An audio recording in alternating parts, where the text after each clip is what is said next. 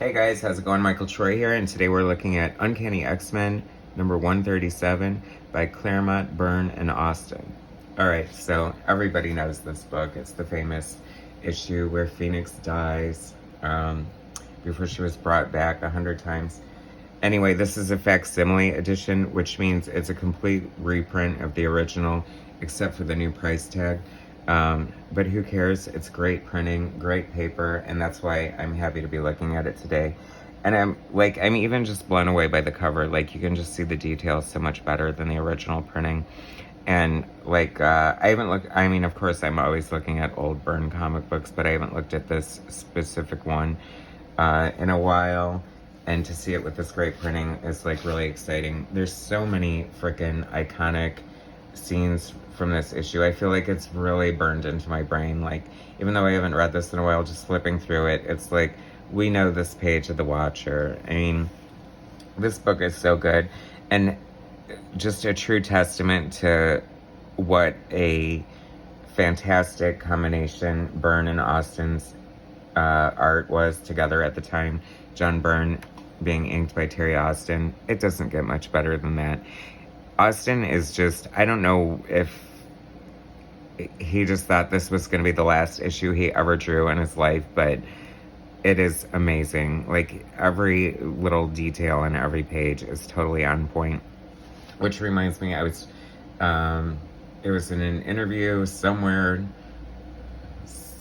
not too incredibly long ago, sometime, I don't know, but Byrne was asked, like, what issue, did he just like of his, and he stated this X-Men 137. He said, usually there's always some hiccups or issues or whatever, but he said the whole thing just flowed perfectly, came out exactly how he wanted to, and he's very happy with it, and we are all very happy with it too.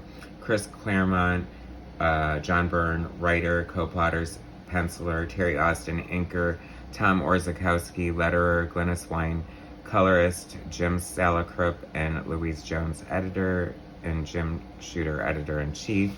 But, I mean, the fate of the Phoenix. Look at this gorgeous double-page spread.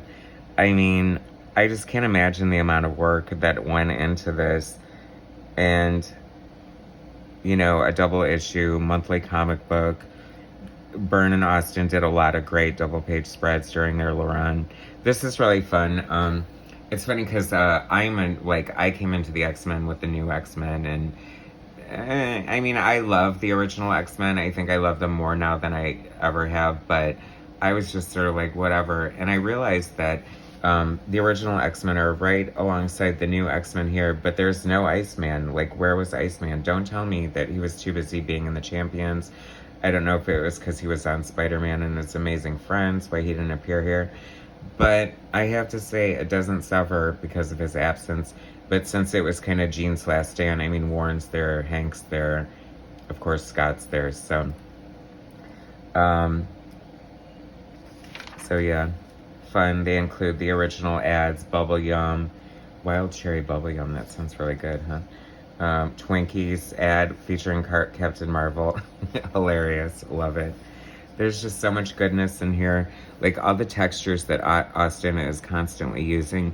I think in the wrong hands, it would look like somebody just barfing ink all over the page and just doing way too much. But even in this shot here, where you've got, like, this background, and, like, he's not exactly, like, drawing the faces on anyone, but they're, like, distinct little figures and characters here. And just his ability to sort of, his control of line weight and depth. I mean, that's what he does. He just brings so much dimension and texture and just, like, goodness to the art. It's amazing. Like, this little stippling in here.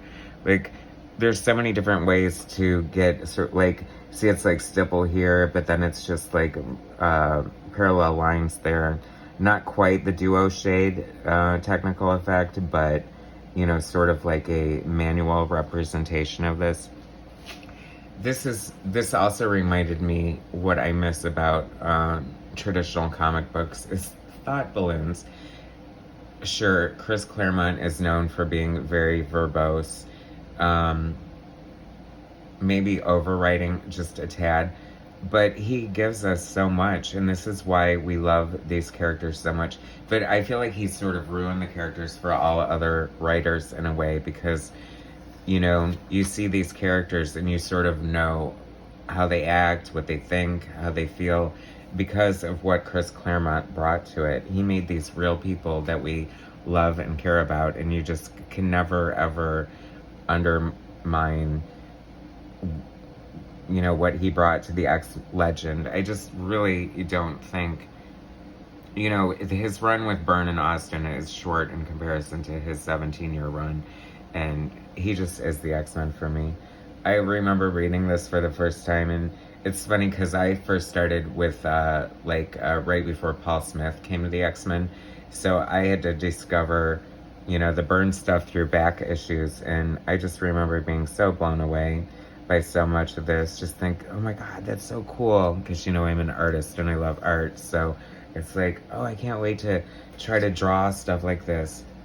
Once again, like, Austin just putting in, like, these fun textures, and I like how, you know, they're getting ready to battle the Imperial Guard, and so they're kind of resting in their rooms, or, you know, clearing their heads, or exercising, or doing whatever it takes to prepare them for this battle. And so much exposition, like, so much of what I think it really added to the gravity of the story. You know, you get, like, the characters thinking about, like, you know, what it means to them, what they're about to do. And, you know, Jean did this terrible thing as Phoenix, but she's like a sister to them. She's their teammate, and, you know, the real struggle. Of course, they all pull it together and fight for her, because that's what you do. I'm a Capricorn. We're very loyal. What can I say? I always love this sexy shot of Wolverine coming out of the shower. I mean, all the little hairs on his body. Hilarious, right? The Beast gonna get his freak on with this masseuse here. I like the Blue Beast. This is the best Beast ever, right? Avengers, blue-feared Beast. Of this, I would love to own this page, featuring two of my favorite X-Men, Colossus and Storm. I love their relationship to one another. I love all the interpersonal relationships of the X-Men, and just how different they are, and, you know, how they play off of each other so well. And once again, just when you thought Austin couldn't pull out a new texture, this carpet is very different from this carpet. I mean, it's so cool. I love how they draw Storm's hair. Nobody draws Storm's hair better than Byrne and Austin. I thought it was really fun that Jean, I came into this world as Marvel Girl, and I'm going to go out of this world as Marvel Girl. And she comes in reading his thoughts. Creepy. Lilandra. I mean, whatever, right? They should have let the X-Men off the hook. I mean, I guess rereading this after all these years, it made me, you know, Jean had to die. It was a natural, organic progression. And it kind of annoyed me that what has come since to pass, like, even just bringing her back for X Factor, the fact that this isn't really her, this is like her doppelganger, and her body's just like chilling out at the bottom of Jamaica Bay, is like a little irritating, because I feel like it strips away a lot of the, you know, but hey, that's life. Sometimes things aren't the way we thought they were. You get all kinds of surprises. And I love Angel in this costume, like my favorite Angel costume. I wish that they weren't deemed hokey by today's standards, because you can't really have like fun, colorful superhero costumes anymore. I think DC probably pushes it more than Marvel, but DC's always been a little corny in their way, but that's sort of their appeal, which is really weird, because, you know, in the movies they totally try to go for this grim and gritty crap, and I think that's why where they fail is because, like, DC to me is like bright and cheery and hopeful, and like Superman, Wonder Woman. I mean, Batman's kind of an odd fit, but, you know, he stands on his own so well. Who needs that? Just so many great things going on in here. The Imperial Guard. Like, every panel is just chock full of detail and care, and just like, I don't know. It's just like such a love of the craft, and so many great, memorable scenes in this book. Like, just Storm at her best. I remember reading interviews with Terry Austin and how he just really hated Storm's cape.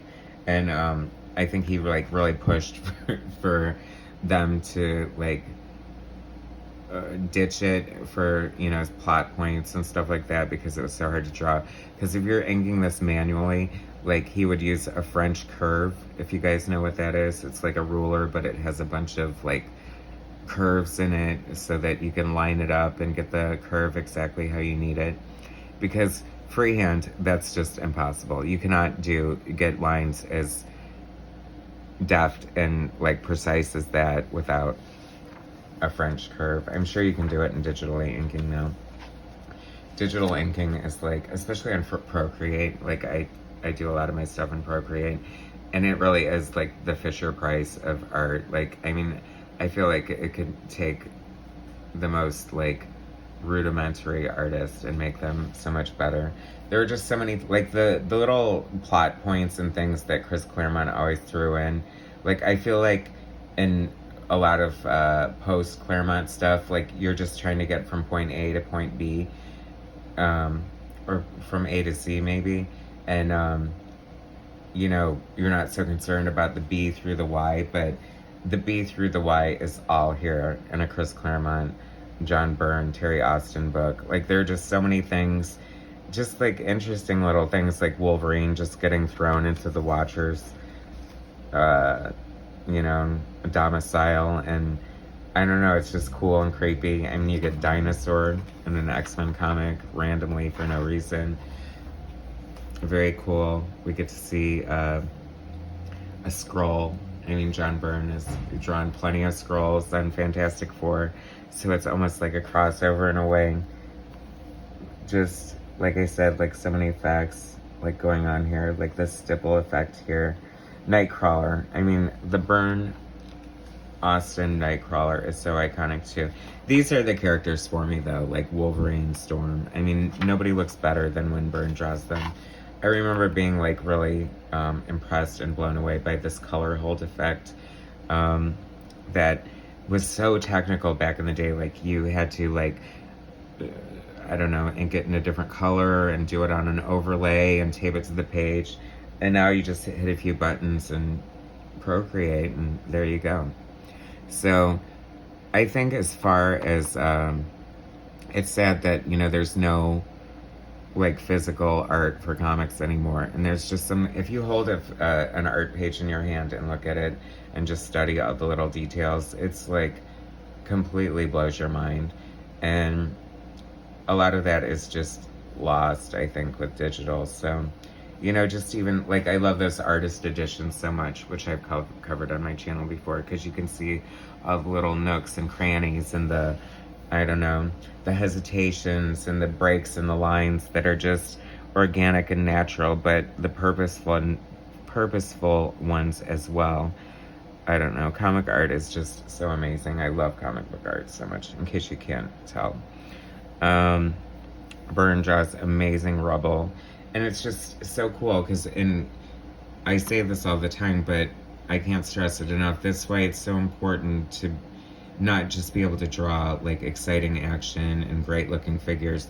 You have to know how to draw anatomy and perspective, and, you know, it's like there's a lot of different, like, points of view and, like, you know, medium shots and close-ups and bird's eye views and different angles, and all the perspective is just so dead on point. And that's why Byrne is, like, the legend that he is. Still killing it, drawing frickin' X-Men Elsewhen free fan fiction on his Byrne Robotics forum, www.byrnerobotics.com.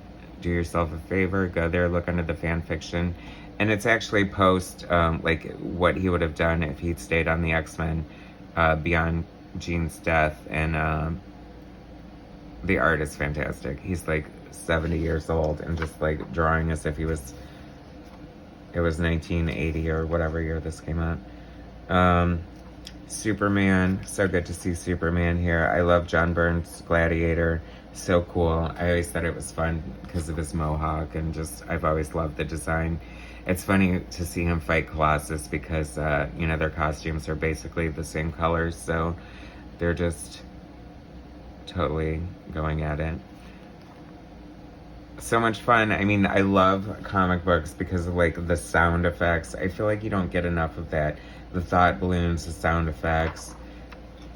Just, you know, most comics are now concerned about just presenting, like, a panoramic, cinematic sort of view. And back in the day, like, Byrne was just trying to tell a story and hopefully make it as cool as he could along the way.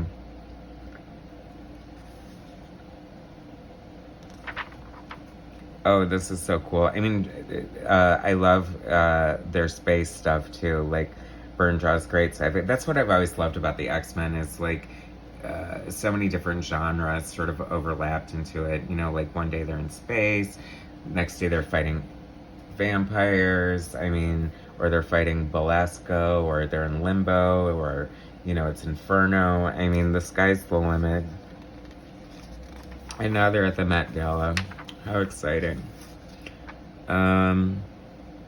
Great Phoenix effect. Nobody draws a better Phoenix effect than Byrne and Austin. There's just so much coolness going on here. Ouch. I love... This is so much fun here too, because first of all, I love, like, everything about this page. Role reversal. Wolverine picking up Colossus for a switch on the fastball special. Variation on a theme, Bub, a fastball special, only in the moon's lighter gravity, I can play pitcher instead of you. I'm like, oh, okay. Anyway, Colossus looks so great, and he, like, totally, I remember being, like, physically, like, jarred by this panel when I first read it as a kid. Like, I thought it was horrifying that Colossus punches Jean so hard that her head almost flies off, as she says. But, you know, he had to do it, and he knocked some sense back into her. And then the ultimate sacrifice, spoilers, she kills herself. She sacrifices herself because she knows that she just won't be able to overcome the evil Phoenix Force. And I guess you can't because, you know, you're in the bottom of the bay and there's nothing human about this person who killed the planet of 5,000 asparagus people or whatever the hell it was and led to her having to die. But I mean, this is just an artistic tour de force. It's amazing on so many levels. History, well worth it. It's like, if you guys have never read this, you have to read it. And if you have, get it out and read it again. It just never ceases to amaze me how many times I've read this and how effective it is every single time. Like, the emotion is just all there. All the characters that you love so much. Just the development and this beautiful double page spread, the fate of the Phoenix. I feel like this sold recently on Heritage auctions for, like, some ridiculous amount of money. If you can get into a time machine and go back to, I don't know what time, but I advise you to buy original comic book art because it is off the rails how expensive it is now, and totally worth it. I mean, you know, paintings go for millions, so why not, you know, double-digit thousands for these original art pages. Their original comic book art is a dying breed. It's always chapped my ass how this is, like, one of the most important comic books in history, and it has this big, huge blurb across the top. And while we're talking about art, let's talk about the Byrne, like, corner box with the heads. He's drawn so many famous, iconic heads. Like Fantastic Four, Avengers, Alpha Flight. Ugh, I could go on and on. Anyway, so that's X-Men 137, The Fate of the Phoenix. Phoenix Must Die by Chris Claremont, John Byrne, Terry Austin. One of the best comic books ever in history. Just masterfully, beautifully drawn. That's all I can say. Thanks so much for watching. Please subscribe to my channel, hit like, and share my content. Thanks, guys.